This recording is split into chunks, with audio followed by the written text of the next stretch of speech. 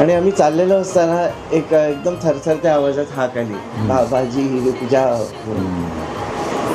बघितलं तर साधारण 70 ते 80च्या वयाची अशी एक आजी.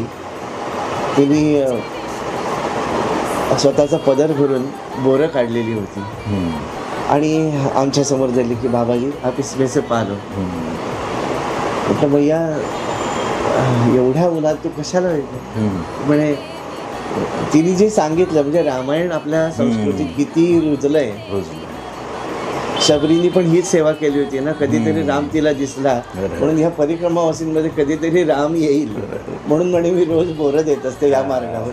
कोणाकोणाची भक्ती कशी असते ना, आपल्याला वाटतं की आम्हीच फक्त एक भक्त आहोत, आपण काहीच नाही आहोत हे तिकडे कळतं. म्हणून मैं बचपन से यही सेवा करते हूँ. म्हणजे लहानपणापासून ती त्या वाटेवर उभी राहते आणि बोरं घेऊन उभी राहते, कधीतरी राम येईल.